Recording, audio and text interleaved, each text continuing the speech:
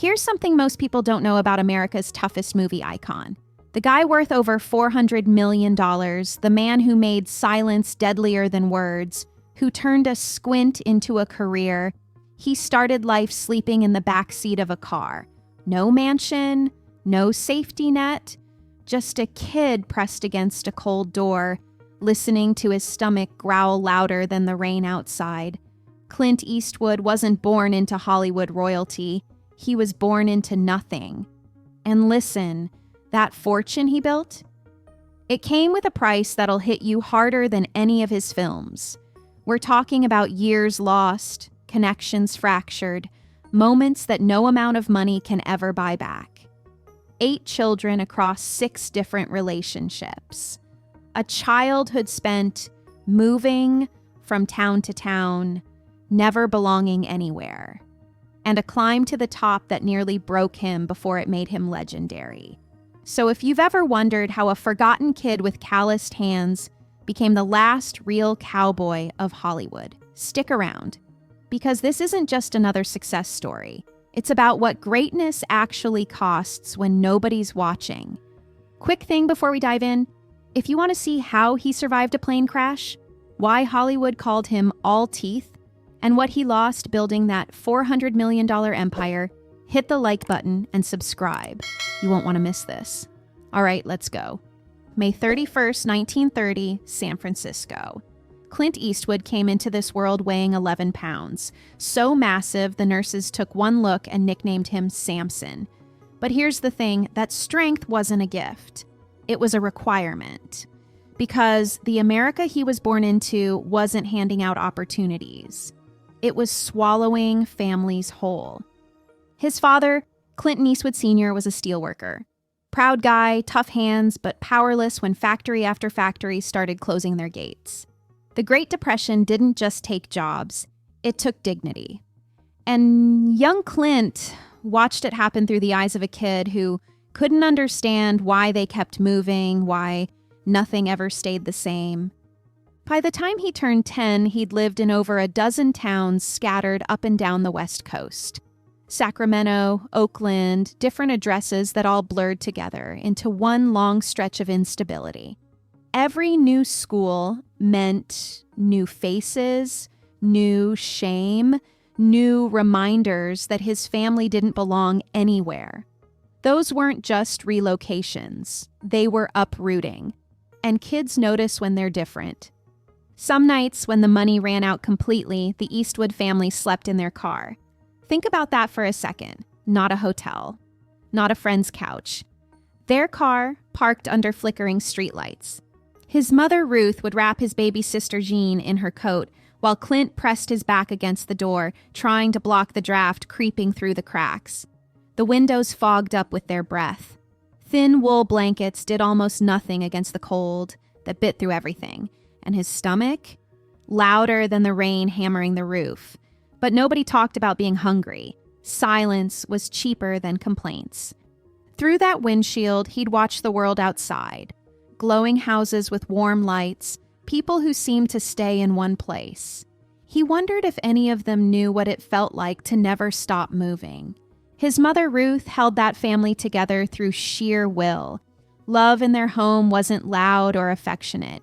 It was whispered resolve, tight-lipped determination, and the sound of his parents' voices straining under control late at night. Clint could hear everything through those thin walls. His father's long stares at the dinner table. His mother's voice trembling while trying to stay composed. They didn't fight much, he remembered later. But sometimes the quiet was worse than shouting. That silence taught him more than words ever could.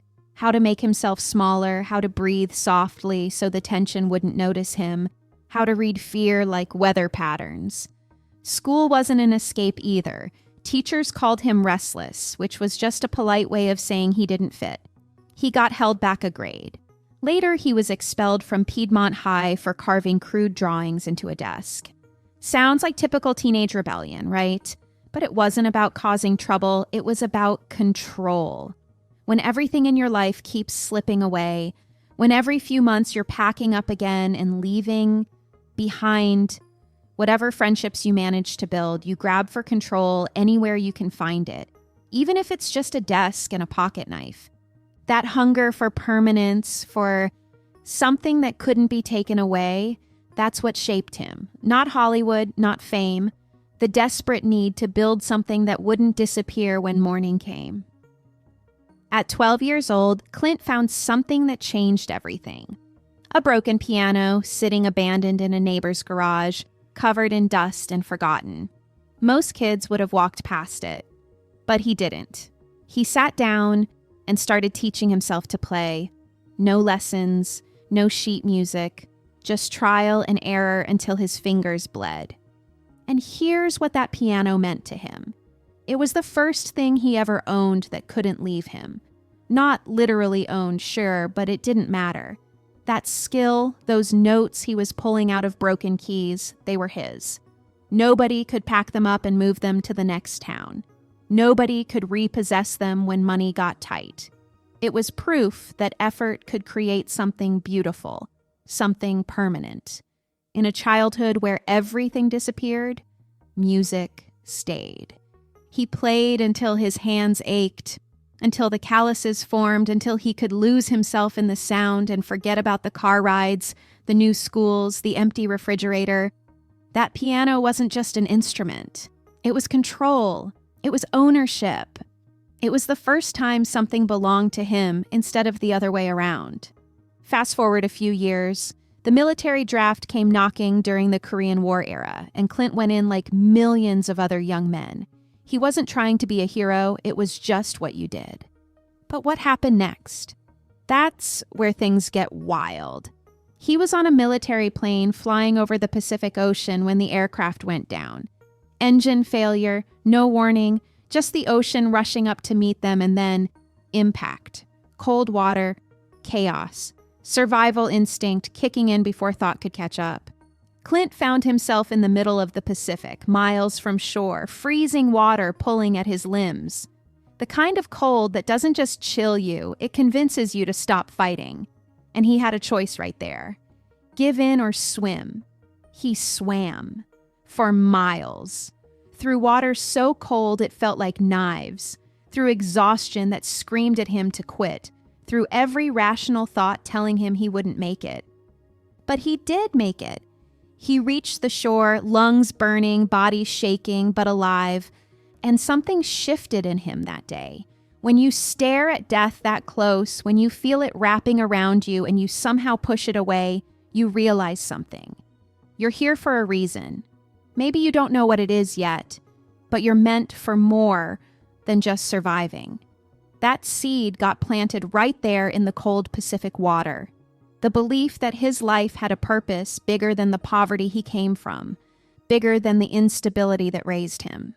He didn't know it'd be Hollywood. He didn't know it'd be fame or fortune or becoming a legend. He just knew he wasn't done yet, not even close.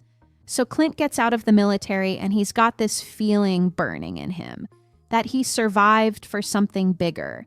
He packs up and heads to Los Angeles with exactly $100 in his pocket.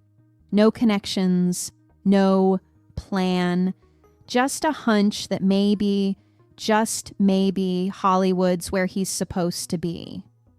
Reality hit him fast. That $100 didn't last long in LA, and acting jobs sure weren't falling from the sky. He did whatever work he could find, dug swimming pools in the scorching California heat, pumped gas at stations where nobody knew his name, hauled garbage, worked construction, anything that kept a roof over his head and food in his stomach. Sound familiar? It was the Depression all over again, except this time he chose it. Then in 1954, he caught what looked like his break. Universal Studios offered him a contract, $75 a week. Now that might sound like decent money, but here's the reality. It came with constant humiliation. Studio executives took one look at him and decided he wasn't leading man material. They nicknamed him All Teeth because of his smile. Told him he talked too slow, moved too stiff, didn't have that star quality they were looking for. His screen tests failed over and over again. Directors would watch his auditions and shake their heads. "You'll never make it, kid. Try something else. Maybe acting isn't for you. Can you imagine?" The guy who'd become one of the biggest names in cinema history was getting rejected by people who wouldn't even remember their own names today. But Clint kept showing up. During the day, he'd go to auditions and get turned down. At night, he'd attend acting classes, trying to learn, trying to improve, trying to figure out what he was doing wrong. Then he'd wake up before dawn and work construction jobs because that $75 weekly contract sure wasn't paying the bills. 8 years. Think about that timeline. 8 years of hearing no. 8 years of watching other actors get the roles he auditioned for. 8 years of wondering if maybe those executives were right, if maybe he was wasting his time chasing something that had never happened. He almost quit, multiple times. There were nights when the rejection felt heavier than the exhaustion, when going back to regular work seemed like the smart choice, the sensible choice. But something in him, maybe it was that survival instinct from the Pacific, maybe it was the memory of sleeping in that car as a kid, wouldn't let him walk away. Then 1959 rolled around. The TV show Rawhide needed a lead. And finally, after nearly a decade of doors slamming in his face, someone said yes. It wasn't a movie, it wasn't stardom, but it was a crack in the door. And Clint Eastwood never needed more than a crack to force his way through. Rawhide made Clint a recognizable face on American TV, but he wasn't satisfied. TV paid the bills, sure, but it wasn't the vision he had for himself. Then, in 1964, something came along that everyone told him would destroy his career. An Italian director named Sergio Leone wanted him for a Western being shot in Spain. Low budget, foreign production, weird script with barely any dialogue. Hollywood insiders laughed. They called it career ending. Why would you throw away TV success for some spaghetti Western nobody's gonna watch? But Clint saw something they didn't. The payment was $15,000, the biggest check he'd ever received in his life. And more importantly, Leone wanted him to play a character unlike anything American audiences had seen. A man with no name, no backstory, no explanations, just silence, steel eyes, and action. So he took the gamble and flew to Spain. That decision changed everything. A fistful of dollars came out and audiences went crazy for it. Not in America at first, they didn't get it yet. But internationally, he became a phenomenon. Leone made 2 more films with him, creating the Man with No Name trilogy, and suddenly, Clint Eastwood wasn't just some TV cowboy. He was an icon. He'd turned silence into a weapon, made minimalism magnetic, proved that you don't need 100 words when one cold stare can say it all. When he came back to Hollywood, everything had flipped. The studios that rejected him for years were now chasing him. The executives who called him all teeth were suddenly kissing up, offering contracts, begging for meetings. He wasn't the guy digging pools anymore. He was the guy who could sell out theaters worldwide. In 1971, Dirty Harry hit screens and Clint's salary jumped to $4 million. $4 million. Remember, this is the same man who once survived on $75 a week while executives told him he'd never make it. That iconic line, "Do you feel lucky, punk?" It wasn't just dialogue. It was Clint Eastwood telling Hollywood exactly what he thought about their doubts. But here's where he got smart. He didn't just want to act, he wanted control. Total control over his projects, his image, his career. So that same year, he directed his first film, Play Misty for Me. No permission asked, no waiting for someone to give him a shot. He just did it, and it worked. From there, he built an empire. Not just as an actor collecting paychecks, but as a producer and director who owned pieces of his films, who made decisions, who answered to nobody. He directed dozens of movies over the decades, and some of them became legendary. Unforgiven in 1992 won him 2 Academy Awards, Best Director and Best Picture. The story of an aging gunslinger confronting his violent past? That wasn't just a movie. It was Clint reflecting on his own journey, the weight of time, the cost of the life he'd chosen. Then Million Dollar Baby in 2004 brought him 2 more Oscars, 4 Academy Awards total. Not bad for a guy who was once told he talked too slow. Through smart investments, producing deals, and directing projects he believed in, Clint built a fortune estimated at over $400 million. He didn't get there by luck or by playing it safe. He got there by betting on himself when nobody else would, by taking risks that made people laugh, by refusing to let rejection define him. That $15,000 gamble in Spain? Best investment he ever made.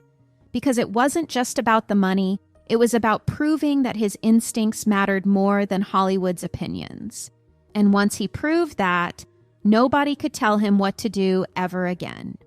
Now here's the part of Clint's life that doesn't fit into neat Hollywood stories. He's the father of 8 children. 8. And they came from 6 different relationships spread across decades. Let's break it down. Kyle, his eldest son with Maggie Johnson, became a jazz musician. Quiet, thoughtful, carrying that same understated intensity his father's known for. Then there's Allison, born in 1972, who followed Clint into the film world as an actress and director. Kimber came from his long relationship with Roxanne Tunis. She built her own path as a producer and makeup artist, living her life far from the headlines and chaos that came with her father's name. Scott's his son with flight attendant Jocelyn Reeves, and if you've seen him in movies lately, you know he inherited that steel gaze. Scott's talked about his father before, saying, "Dad taught me that nothing worthwhile comes easy." He wasn't wrong. Catherine's also from that relationship with Reeves. She's a writer and actress carving out her own space. Francesca was born to actress Frances Fisher. She's made her way as a model and filmmaker, doing her own thing outside her father's shadow. Morgan's the youngest daughter from Clint's marriage to journalist Dina Ruiz. She carries her mother's grace and her father's quiet determination. And then there's Lori Murray. She was given up for adoption back in the 1950s, long before fame, long before fortune, when Clint was still that broke kid trying to figure out his life. Decades later, they reconnected. No cameras, no press releases, no dramatic reunion scenes, just a private moment between 2 people finding peace. Someone who knew them described it simply, it wasn't about making up for lost years. It was about acceptance. So you've got 8 names, 6 different mothers, different histories, different childhoods, different relationships with the man they all call father. It's not a perfect family portrait, it's a mosaic. Complicated, uneven, deeply human. Some of his kids remain close, others keep their distance. But here's what's interesting. None of them speak with bitterness. There's no public feuding, no tell-all books trashing his name, no interviews filled with resentment. One of his children once said, "He's complicated, but he's ours." And maybe that's the most honest thing you can say about family.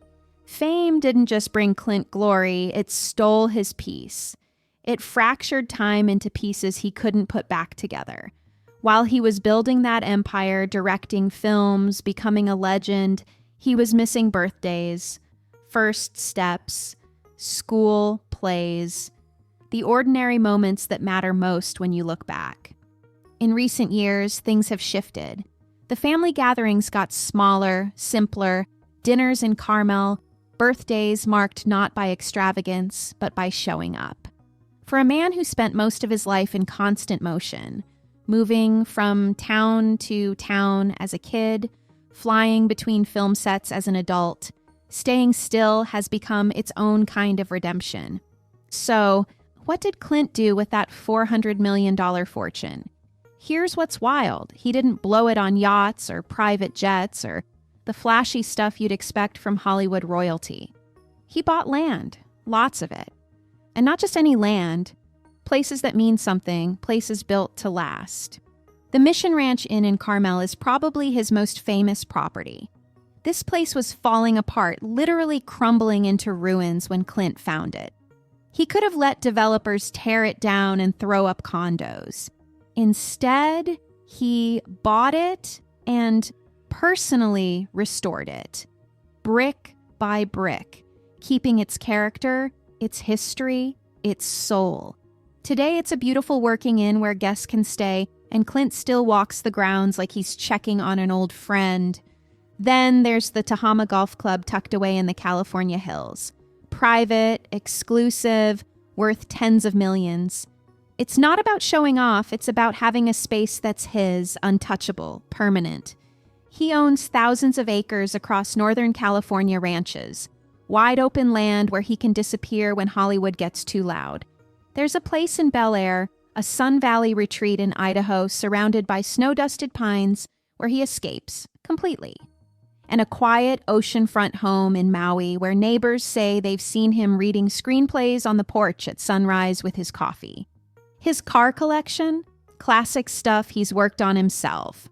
A Gran Torino he restored with his own hands, a vintage Lincoln, a Porsche 911. These aren't cars you buy to impress people. They're vehicles built on craftsmanship, things that last if you take care of them. And get this, no private jet.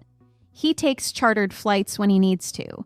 No super yacht either, even though he lives near the coast and could easily afford one. His philosophy's pretty simple. I never liked waste, but I like things that last. Every piece of property he owns tells the same story. For the kid who moved from town to town watching his father chase work, who slept in cars because there was nowhere stable to call home, owning land means something deeper than wealth. It's proof that the ground beneath his feet won't disappear in the night, proof that nobody can pack it up and take it away, proof that he's in control. But Clint's wealth isn't just sitting in properties and bank accounts. He's quietly given away millions over the years. Environmental conservation, veterans charities, arts education programs, most of it done anonymously, no press releases, no galas with his name on plaques. Just quiet giving because, as he told a friend once, if you have more than you need, you should leave the world better than you found it. He's also set up his assets in trusts designed to keep his family from fighting over money when he's gone. He's lived long enough to know that fortunes divide families faster than they unite them. So he planned ahead, making sure his kids are taken care of without turning inheritance into a battleground. His empire isn't flashy. It's not about ego or excess. It's about building something that endures, something that'll still be standing long after the cameras stop rolling and the crowds move on to the next big thing. So Clint built this incredible empire. Awards, wealth, properties, a name that'll live forever in cinema history. But here's what nobody puts on the posters or in the biographies, what it cost him. Time. That's the one thing his $400 million can't buy back. Time with his children when they were young. Years beside the people he loved most. Moments that slipped away while he was on set, in meetings. Building that legend everyone admires. You can't rewind birthdays. You can't go back and be there for first words, first days of school, the nights when your kid just needed you to show up. Fame gave him everything except the ability to be in two places at once. And when you're Clint Eastwood, when you're directing Oscar-winning films and carrying the weight of being an icon, something's got to give. Usually it's the quiet moments, the ordinary ones that turn out to matter most. But something's shifted in recent years. Those big family gatherings, they've gotten smaller, simpler. It's not about grand gestures anymore. It's dinners in Carmel, birthdays where the gift is just being there. For someone who spent his entire youth running from place to place, who built a career on constant motion and never stopping, sitting still has become something different. Not weakness, redemption. His neighbors in Carmel describe him as quiet these days. Gracious. You'll see him walking at dawn, no bodyguards, no entourage trailing behind, just a man moving through the morning like anyone else. He watches the Pacific sunset from his property, that same ocean that almost took his life decades ago when that plane went down. And sometimes people wonder what he's thinking about when he stares at that water. Maybe he's measuring what remains, time, memory, gratitude. That Mission Ranch piano still sits in the same corner where he used to compose in the dark. The view from his Carmel home stretches endlessly toward the sea that never forgot him, the sea that taught him survival means more than just breathing. He's got all the material success anyone could want. But the things missing, those can't be purchased. Lost lovers who moved on, friends who didn't make it this far, years with his kids that vanished while he was becoming the legend the world needed him to be. He's watched his own image turn into mythology, his face become a symbol, his silence become more famous than most people's entire careers. But underneath all that, he's still the same kid who whispered promises to himself in the backseat of a freezing car. The kid who swore he'd never be forgotten, never be invisible, never let poverty define him. And he kept that promise. He built something that won't crumble, not buildings made of concrete, those eventually fall, but a legacy carved from will, discipline, and the simple belief that showing up every single day matters more than talent ever could. From a kid sleeping in a car to a man worth over $400 million. From being nicknamed All Teeth and told he'd never make it to winning 4 Academy Awards. From nearly drowning in the Pacific to building an empire that'll outlast most of Hollywood's so-called legends. Clint Eastwood's story isn't just about movies or money or fame. It's about what happens when you refuse to quit. When rejection doesn't break you, it sharpens you. When poverty doesn't define you, it fuels you. When everyone tells you no and you keep showing up anyway until they have no choice but to say yes. He paid a price most people never see. Lost time with his 8 children, missed the ordinary moments that turned out to be extraordinary, built a fortune that couldn't buy back the years that slipped away while he was becoming immortal. But he also proved something that matters more than any Oscar or bank account. Persistence itself becomes legacy when you commit to it completely. So, if Clint Eastwood's life taught us anything, it's this. Your beginning doesn't dictate your ending. That car you're sleeping in today, it doesn't define where you'll stand tomorrow. The people who doubt you now, they'll be forgotten long before you are. Success isn't about talent or luck or being in the right place at the right time. It's about refusing to let circumstances write your story for you. And if this journey hit you somewhere deep, if you've got a favorite Clint Eastwood moment or film that changed how you see things, drop it in the comments. Let's keep his legacy alive through the stories he gave us. Hit that like button if you made it this far. It actually matters more than you think. And subscribe because we're diving into more legends who built empires from nothing. These stories, they're not just about famous people. They're about what's possible when you decide quitting isn't an option. Clint's still out there in Carmel, walking at dawn, watching that ocean, measuring what remains. And somewhere, right now, there's a kid in a cold car who needs to hear this story, who needs to know that where you start doesn't determine where you finish.